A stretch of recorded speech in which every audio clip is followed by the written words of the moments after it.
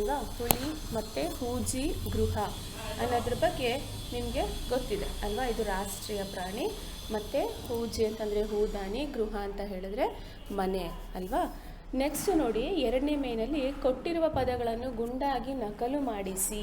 ಇಲ್ಲಿ ಕೊಟ್ಟಿರುವಂತಹ ಪದಗಳನ್ನು ನೀವು ಏನು ಮಾಡಬೇಕಂತೆ, ಗುಂಡಾಗಿ ಬರೆದು ಅದನ್ನು ಕಾಪಿ ಮಾಡಬೇಕಂತೆ. ನೋಡಿ, ಅದು ಯಾವುದಕ್ಕೆ ಸಂಬಂಧಪಟ್ಟಿದೆ ಅಂತ ಹೇಳಿದ್ರೆ ಕೊಂಬು, ಕೊಂಬಿಗೆ ಸಂಬಂಧಪಟ್ಟಂತಹ ಪದಗಳನ್ನು ನಾವು ನೋಡೋಣ.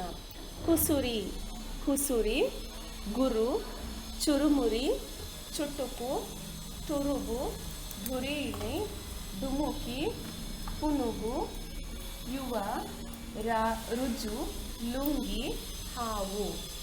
ನೋಡಿ, ಕುಸುರಿ, ಕುಸುರಿ ಮತ್ತು ಗುರು.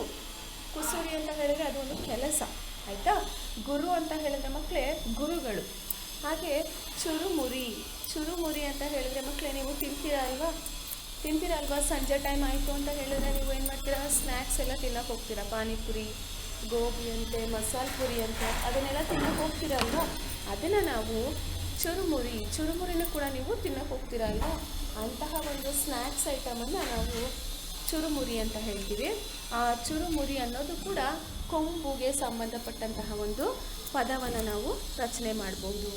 ನೆಕ್ಸ್ಟು ಚುಟುಕು, ಚುಟುಕು, ತುರುಬು, ತುರುಬು ಅಂತ ಹೇಳಿದ್ರೆ ಗಂಟು, ತಲೆಗೆ ಹಾಕೊತೀವಲ್ಲ ಹೆಣ್ಮಕ್ಳು ಗಂಟನ್ನು, ಅದನ್ನು ನಾವು ಏನಂತ ಹೇಳ್ತೀವಿ, ತುರುಬು ಅಂತ ಹೇಳ್ತೀವಿ. ಧುರೀಣ ಮತ್ತು ಡುಮುಕಿ, ಡುಮುಕಿ ಅಂತ ಹೇಳಿದ್ರೆ ಡುಮುಕಿ ಥರ ಹಾಕ್ತಾರಲ್ವ, ಅದನ್ನು ನಾವು ಡುಮುಕಿ ಅಂತ ಹೇಳ್ತೀವಿ. ನೆಕ್ಸ್ಟು ಪುನುಗು, ಪುನುಗು, ಯುವ, ರುಜು, ಲುಂಗಿ. ರುಜು ಅಂತ ಹೇಳಿದ್ರೆ ಸೈನು, ಆಯಿತಾ. ಲುಂಗಿ ಅಂತ ಹೇಳಿದ್ರೆ ಮಕ್ಕಳೇ ಈ ಅಪ್ಪಂದಿರೆಲ್ಲ ಹಾಕೊತಾರೆ ಅಲ್ವಾ ಪಂಚೆ ಲುಂಗಿಯನ್ನು, ಅದನ್ನು ನಾವು ಲುಂಗಿ ಅಂತ ಹೇಳ್ತೀವಿ. ನೆಕ್ಸ್ಟು ಹಾವು. ನೀವು ನೋಡಿದ್ದೀರ ಅಲ್ವಾ, ಹಾವು ಅಂತಂದರೆ ಇದು ವಿಷಯುಕ್ತವಾದಂತಹ ಒಂದು ಸಸ್ತನಿ ಅಲ್ವಾ. ಒಂದು ಹಾವು ವಿಷಪೂರಿತವಾದಂತಹ ಒಂದು ಸಸ್ತನಿಯಾಗಿದೆ, ಇದನ್ನು ನಾವು ಹಾವು ಅಂತ ಹೇಳ್ತೀವಿ. ನೆಕ್ಸ್ಟು ಕೊಂಬಿನಿಳಿ, ಇದು ಕೊಂಬಿಗೆ ಸಂಬಂಧಪಟ್ಟಂತಹ ಗುಣಿತಾಕ್ಷರಗಳಿಗೆ ಪದರಚನೆಯನ್ನು ಮಾಡಾಯಿತು. ನೆಕ್ಸ್ಟು ಕೊಂಬಿನಿಳಿ. ಕೊಂಬಿನಿಳಿಗೆ ಯಾವುದಪ್ಪ ಪದಗಳು ಯಾವ್ಯಾವ ರೀತಿ ಇರುತ್ತೆ ನೋಡೋಣವಾ. ಕೂಸು, ಯಾವುದು ಮಕ್ಕಳೇ, ಕೂಸು. ನೆಕ್ಸ್ಟು ಗೂಡು, ಚೂರು, ಜೂಲು, ಕಡೂರು, ತೂತು, ದೂರು, ನೂರು, ಪೂರಿ, ಯೂಪ, ರೂಪ, ಲೂನ. ನೋಡಿ, ಇನ್ನೊಂದ್ಸಲಿ ಹೇಳ್ತೀನಿ. ಕೂಸು, ಗೂಡು, ಚೂರು, ಜೂಲು, ಕಡೂರು, ತೂತು, ದೂರು, ನೂರು, ಪೂರಿ, ಯೂಪ, ರೂಪ, ಲೂನ. ಇದಿಷ್ಟು ಈ ಕೊಂಬಿನ ಇಳಿಗೆ ಸಂಬಂಧಪಟ್ಟಂತಹ ಒಂದು ಪದಗಳಾಗಿದೆ. ಕೂಸು ಅಂತ ಹೇಳಿದರೆ ನಿಮಗೆ ಗೊತ್ತು, ಮಗುವನ್ನು ನಾವು ಏನಂತ ಹೇಳ್ತೀವಿ, ಕೂಸು ಅಂತ ಹೇಳ್ತೀವಿ. ನೆಕ್ಸ್ಟು ಗೂಡು. ಗೂಡು ಅಂತ ಹೇಳಿದರೆ ಈ ಪಕ್ಷಿಗಳು ತನ್ನ ಒಂದು ಮರಿಗಳನ್ನು ಸಾಕಲಿಕ್ಕೆ ಮರದ ಪೊಟರೆಗಳಲ್ಲಿ ಹೋಗಿ ತನ್ನ ಒಂದು ಗೂಡನ್ನು ಒಂದು ನೇಯ್ಕೊಳ್ಳುತ್ತೆ ಅಲ್ವಾ.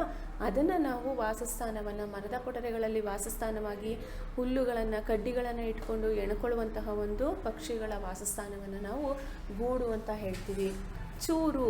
ಚೂರು ಅಂತ ಹೇಳಿದರೆ ಮಕ್ಕಳೇ ಪೀಸ್, ಅಂದರೆ ಪೀಸ್ ಮಾಡ್ತೀವಲ್ಲ, ಹರಿದಾಕ್ತೀವಲ್ಲ, ಅದನ್ನು ಒಂದು ಚೂರು ಅಂತ ಹೇಳ್ತೀವಿ. ಜೂಲು, ಕಡೂರು, ತೂತು. ತೂತು ಅಂತ ಹೇಳಿದರೆ ರಂಧ್ರ, ಹೋಲನ್ನು ನಾವು ತೂತು ಅಂತ ಹೇಳ್ತೀವಿ. ನೆಕ್ಸ್ಟು ದೂರು. ದೂರು ಅಂತ ಹೇಳಿದರೆ ಕಂಪ್ಲೇಂಟ್ ಕೊಡ್ತೀವಿ ಅಲ್ವಾ. ಏನಾದರೂ ತೊಂದರೆ ಆಯಿತು ಅಂತ ಹೇಳಿದಾಗ, ಅಥವಾ ನಮ್ಮ ಒಂದು ಏರಿಯಾದಲ್ಲಿ ಕಳ್ತನ ಆಗಿದೆ ಅಂತ ಹೇಳಿದಾಗ ನಾವೇನು ಮಾಡ್ತೀವಿ, ಅವ್ರಿಗೆ ಪೊಲೀಸ್ ಅವ್ರಿಗೆ ಹೋಗಿ ಕಂಪ್ಲೇಂಟನ್ನು ಕೊಡ್ತೀವಿ ಅಲ್ವಾ, ಅದನ್ನು ನಾವು ದೂರು ಅಂತ ಹೇಳ್ತೀವಿ. ನೆಕ್ಸ್ಟು ನೂರು. ನೂರು ಅಂತ ಹೇಳಿದ್ರೆ ಮಕ್ಕಳೇ 100 ನಾವು ಏನಂತ ಹೇಳ್ತೀವಿ, 100 ಅಂತ ಹೇಳ್ತೀವಿ. ನೆಕ್ಸ್ಟು ಪೂರಿ.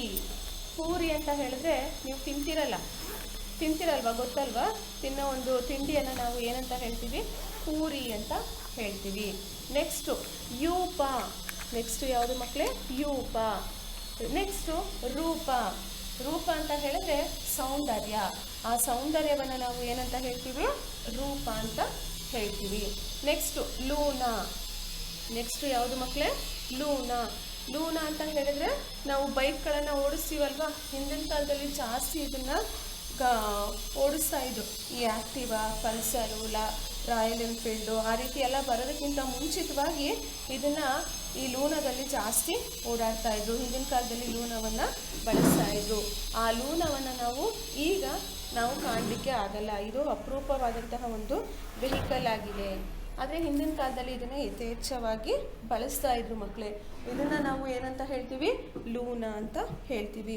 ನೋಡಿ, ಇದಿಷ್ಟು ಪದಗಳು ಯಾವುದಕ್ಕೆ ಸಂಬಂಧಪಟ್ಟಂಥದ್ದಾಗಿದೆ ಮಕ್ಕಳೇ? ಕೊಂಬಿನ ಇಳಿಗೆ ಸಂಬಂಧಪಟ್ಟಂತಹ ಒಂದು ಪದಗಳಾಗಿದೆ. ನೆಕ್ಸ್ಟು ಮಕ್ಕಳೇ ಒಟ್ರು ಸುಳಿ. ನೆಕ್ಸ್ಟು ಯಾವುದು ಮಕ್ಕಳೇ? ಒಟ್ರು ಸುಳಿ. ಒಟ್ರು ಸುಳಿಗೆ ಸಂಬಂಧಪಟ್ಟಂತಹ ಒಂದು ಪದಗಳು ಯಾವ್ಯಾವುದು ನೋಡೋಣ. ಮೊದಲನೇದು ಕೃತಿ, ಗೃಹ, ತೃಣ, ಧೃತಿ, ನೃಪ, ಭೃಂಗ, ಬೃಡ, ವೃಥ, ಶೃಂಗ, ಸೃಜನ, ಹೃದಯ, ಕೃತ. ನೋಡಿ, ಕೃತಿ. ಕೃತಿ ಅಂತ ಹೇಳಿದ್ರೆ ಒಂದು ಕವನ ಸಂಕಲನದಲ್ಲಿ ಬರುವಂತಹ ಒಂದು ಪದಗಳಾಗಿರುತ್ತೆ. ಆಯಿತಾ? ಕೃತಿಗಳು ಅಂದರೆ ಕವಿಗಳು ರಚನೆ ಮಾಡಿರುವಂತಹ ಒಂದು ಕವನಗಳನ್ನು ನಾವು ಕೃತಿ ಅಂತ ಹೇಳ್ತೀವಿ. ನೆಕ್ಸ್ಟು ಗೃಹ. ಗೃಹ ಅಂತ ಹೇಳಿದ್ರೆ ಮಕ್ಕಳೇ ನಾವು ವಾಸ ಮಾಡುವಂತಹ ಒಂದು ಮನೆಯನ್ನು ನಾವು ಗೃಹ ಅಂತ ಹೇಳ್ತೀವಿ. ತೃಣ ಅಂತ ಹೇಳಿದ್ರೆ ಹುಲ್ಲು. ಹುಲ್ಲಿದೆ ಅಲ್ವಾ, ಆ ಹುಲ್ಲನ್ನು ನಾವು ಏನಂತ ಹೇಳ್ತೀವಿ? ತೃಣ ಅಂತ ಹೇಳ್ತೀವಿ. ನೆಕ್ಸ್ಟು ಧೃತಿ ಅಂದರೆ ಧೈರ್ಯವಾಗಿ ಇರುವುದು. ಆಯಿತಾ? ನೆಕ್ಸ್ಟು ನೃಪ. ನೃಪ ಅಂತ ಹೇಳಿದ್ರೆ ಒಬ್ಬ ವ್ಯಕ್ತಿಯ ಹೆಸರು. ನೃಪತುಂಗ ಅಂತ ಹೇಳ್ತೀವಲ್ವ ಸೋಷಲಲ್ಲಿ, ಅದನ್ನು ನಾವು ನೃಪ ಅಂತ ಹೇಳ್ತೀವಿ. ನೆಕ್ಸ್ಟು ಭೃಂಗ. ಭೃಂಗ ಅನ್ನೋದು ಕೂಡ ಒಂದು ಹೆಸರು. ನೆಕ್ಸ್ಟು ಬೃಡ. ನೆಕ್ಸ್ಟು ವೃತ್ತ. ವೃತ್ತ ಅಂತ ಹೇಳಿದ್ರೆ ಮಕ್ಕಳೇ ಸರ್ಕಲ್ ಅಂತ. ಆ ಸರ್ಕಲನ್ನು ನಾವು ಏನಂತ ಹೇಳ್ತೀವಿ? ವೃತ್ತ ಅಂತ ಹೇಳ್ತೀವಿ. ನೆಕ್ಸ್ಟು ಶೃಂಗ. ಶೃಂಗ ಅಂತ ಹೇಳಿದ್ರೆ ಇದು ಒಂದು ಬಿಂದು. ಆ ಬಿಂದನ್ನು ನಾವು ಏನಂತ ಹೇಳ್ತೀವಿ? ಶೃಂಗ ಅಂತ ಹೇಳ್ತೀವಿ. ನೆಕ್ಸ್ಟು ಸೃಜನ ಅಂದರೆ ಶಾಂತ ರೀತಿಯಾದಂತಹ ವ್ಯಕ್ತಿಯನ್ನು ನಾವು ಸೃಜನ ಅಂತ ಹೇಳ್ತೀವಿ. ನೆಕ್ಸ್ಟ್ ಮಕ್ಕಳೇ ಹೃದಯ. ಹೃದಯ ಅಂತ ಹೇಳಿದ್ರೆ ಹಾರ್ಟ್. ಹಾರ್ಟ್ ಎಲ್ಲರ ಹತ್ರನೂ ಇದೆ ಅಲ್ವಾ? ಅದು ಬಡಿಯುತ್ತೆ ಅಲ್ವಾ ಎಲ್ಲರಿಗೂ? ಬಡಿಯಲ್ವಾ? ಎಲ್ಲರ ಹತ್ರ ಇರುತ್ತಾ ಹೃದಯ ಅನ್ನೋದು? ಹೌದಲ್ವಾ? ಆ ಹೃದಯವನ್ನು ನಾವು ಮನುಷ್ಯನಲ್ಲೂ ಕೂಡ ಕಾಣ್ಬೋದು, ಹಾಗೆ ಪ್ರಾಣಿ ಪಕ್ಷಿಗಳಲ್ಲೂ ಕೂಡ ನಾವು ಕಾಣಬಹುದು. ಘೃತ. ನೆಕ್ಸ್ಟು ಘೃತ. ನೋಡಿ, ಈಗ ನಿಮಗೆ ಯಾವ್ಯಾವ ರೀತಿಯಾಗಿ ಒಟ್ರು ಸುಳಿಯಲ್ಲಿ ಪದಗಳನ್ನು ರಚನೆ ಮಾಡ್ಬೋದು ಅನ್ನೋದನ್ನು ತಿಳ್ಕೊಂಡ್ರಿ ಅಲ್ವಾ? ನೆಕ್ಸ್ಟು ಅಭ್ಯಾಸ ಚಟುವಟಿಕೆಯಲ್ಲಿ ನೋಡಿ, ನೀಡಿರುವ ಪದಗಳನ್ನು ಗುರುತಿಸಿ ಸ್ಪಷ್ಟವಾಗಿ ಉಚ್ಚರಿಸಲು ಹೇಳಿ. ಕುರಿ, ಗುರಿ, ಚುರುಕು, ಕುಟುಕು, ಡುರುಕಿ, ತುರುಸು, ನುಣುಪು, ಬುಗುರಿ, ಮುನಿ, ರುಜು, ಹುಳಿ, ಸುಗುಣ, ಭುವನ, ರುಖುಷಿ. ನೋಡಿ, ಇದಿಷ್ಟು ಆ ಒಂದು ಸಂದರ್ಭದಲ್ಲಿ ಬರುವಂತಹ ಒಂದು ಪದಗಳನ್ನು ಕೊಟ್ಟಿದ್ದಾರೆ. ಆ ಪದಗಳನ್ನು ನೀವು ಏನು ಮಾಡಿ ಅಂತ ಹೇಳಿದ್ದಾರೆ ಅವರು? ಓದಿ ಅದನ್ನು ಸ್ಪಷ್ಟವಾಗಿ ಗುರ್ತನ್ನು ಮಾಡಿ, ಜೊತೆಗೆ ಸ್ಪಷ್ಟವಾಗಿ ಓದಿ ಅಂತಲೂ ಕೂಡ ಏನು ಮಾಡಿದ್ದಾರೆ ಅಲ್ಲಿ ತಿಳಿಸಿದ್ದಾರೆ.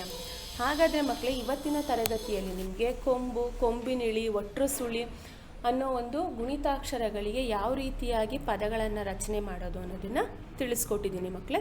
ಮುಂದಿನ ತರಗತಿಯಲ್ಲಿ ನಾನು ನಿಮಗೆ ಬೇರೆ ಒಂದು ಪಾಠವನ್ನು ತಿಳಿಸ್ಕೊಡ್ತೀನಿ ಮಕ್ಕಳೇ. ಅಂದರೆ ಏತ್ವ, ಐತ್ವ, ಏತ್ವ ಅನ್ನೋ ಒಂದು ಪದಗಳಿಗೆ ನಾನು ಯಾವ ರೀತಿಯಾಗಿ ಉಚ್ಚಾರಣೆ ಮಾಡೋದು ಅನ್ನೋದನ್ನು ನಾನು ನಿಮಗೆ ತಿಳಿಸ್ಕೊಡ್ತೀನಿ ಮಕ್ಕಳೇ. ಅಲ್ಲಿವರೆಗೂ ಕೂಡ ನೀವೇನು ಮಾಡಿ ಅಂತ ಹೇಳಿದ್ರೆ, ಈ ಒಂದು ಪದಗಳನ್ನು ನಕಲು ಮಾಡಿ ಬರೆಯೋದು ಅಂತಂದರೆ ಕಾಪಿ ಮಾಡಿ ಬರೆಯೋದನ್ನು ಅಭ್ಯಾಸ ಮಾಡ್ಕೊಳ್ಳಿ. ಹಾಗೆಯೇ ಯಾವ ರೀತಿಯಾಗಿ ಓದಬೇಕು ಅನ್ನೋದನ್ನು ಕೂಡ ಅಭ್ಯಾಸ ಮಾಡಿ ಮನೇಲಿ ಅಂತ ಹೇಳ್ತಾ ಈ ಒಂದು ತರಗತಿಯನ್ನು ನಾನು ಇಲ್ಲಿಗೆ ಮುಗಿಸ್ತಾ ಇದ್ದೀನಿ ಮಕ್ಕಳೇ. ಧನ್ಯವಾದಗಳು.